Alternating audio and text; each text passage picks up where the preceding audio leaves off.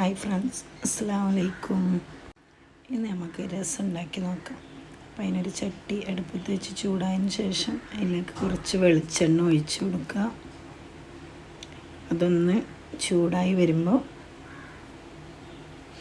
അതിലേക്ക് കുറച്ച് കടുക് ഇട്ട് കൊടുക്കുക.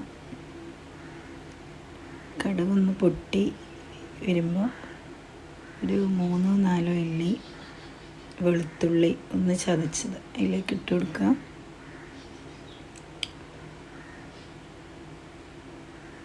അതിനുശേഷം 3 വറ്റൽമുളക് ഇട്ട് കൊടുത്തു.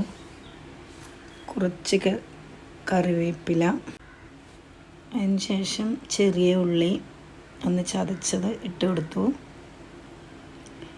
അതൊന്ന് സെറ്റായി വന്നതിന് ശേഷം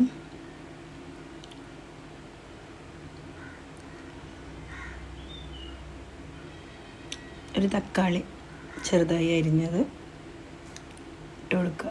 നല്ലോണം ഒന്ന് അടച്ചു വെച്ച് വേവിക്കുക. അതിന് ശേഷം അതൊന്ന് ഇതുപോലെ സെറ്റായി വന്നതിന് ശേഷം അതിലേക്ക് കുറച്ച് പുളിവെള്ളം ഒഴിച്ചു കൊടുക്കുക.